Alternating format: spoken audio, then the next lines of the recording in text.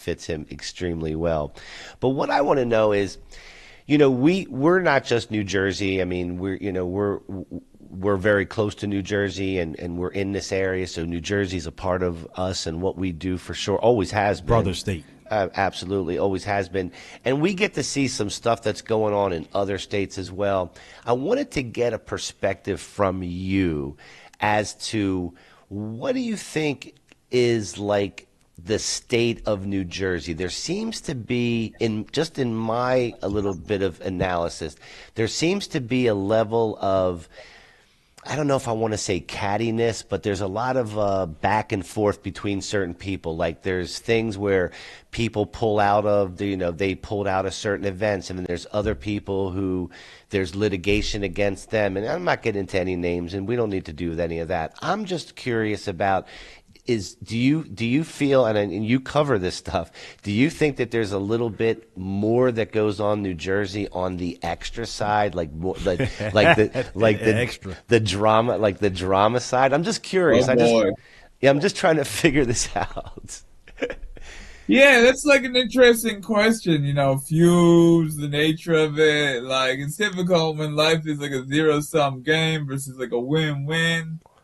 That way, we definitely have like a state where it's like a lot of money being made in Jersey, there's a lot of poverty, so you have these two extremes sometimes, competing. We have people that can be idealistic, but then like the bills are due, you get vicious, you get vicious with your back to the wall, you get a bunch of sharks trying to make money off a commodity. You got a bunch of potheads trying to popularize and spread the good word about the revolutionary sacred herbal medicine.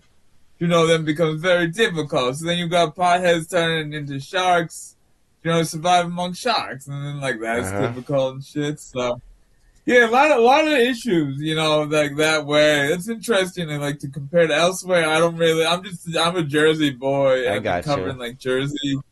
To say that way versus to say like, oh, we're chiller in like Maine or in like California. I guess you have more of like a hippie culture in the first place. Like Maine's libertarians that way, we're like we don't have that many like libertarians and hippies around here. We have some.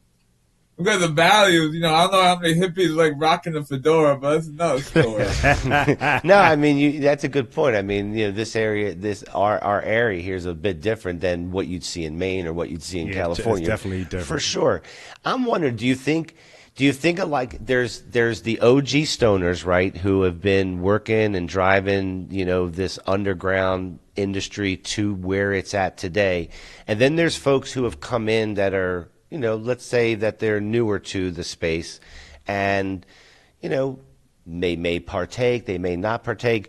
Do you see it? Do you see that as playing a role in what we were just talking about, or is that just not an issue? Oh yeah, no, I've definitely seen like all those sorts of like people. And it's like really interesting, like you could have like the pothead in a suit or a suit trying to be a pothead. It was like really interesting sometimes, and then like the nature of values and like, sometimes it is like a lot of the people that were like underground, like legacy, that may or may not have sold the bag to like a friend and make some money, which I may or may not have done. I may or may not know a lot of other people done similar things, had hella more operations that were much more impressive. Some people got green thumbs. I never went for a green thumb versus like a bag or two. People got caught. I may or may not have been caught.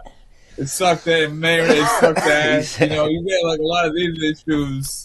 Sometimes, like, the people that seem like that somehow have, like, the bigger hearts than the people that never got caught. Don't smoke as much. That's right. Yeah, everyone's trying to find their space. Like you definitely like have like some like weird chart that way, man. That'd be amusing. Yeah, it's a big open ground, and everybody trying to claim their little space in it. But think about the psychology of it. You're an OG. You've been doing this forever. You've been creating product, or you're doing underground products, or accessorial products. You've been driving when it wasn't fashionable to do it, right? And now we're at right. So that's always like fun. Yeah. And then now we're like the people that were like OGs. Yeah. It was organic then. Now it's the thing to do. But there has to be a little bit of something that they think about when we see this, and then there's other people who are just like right in that same line that they're in. that didn't go through that Right. that journey. Right. It didn't go through that struggle. And so for them, it's very much like and like he said, suits and stoners, right? There should be a show called Suits and Stoners, but he's right. The mentality of a suit and the mentality of a stoner is quite different, but we all have to live in the same space. This is true, but the people from back in the day, the true stoners, they feel a sense of, they're whole, and like where these guys is jumping right in and get, but that's what it is. But that's how we That's advance. real life. And it's how this thing advances, because Right. it can't just advance with the suits, and it just can't advance They with need the each other, stoners. to tell you the truth.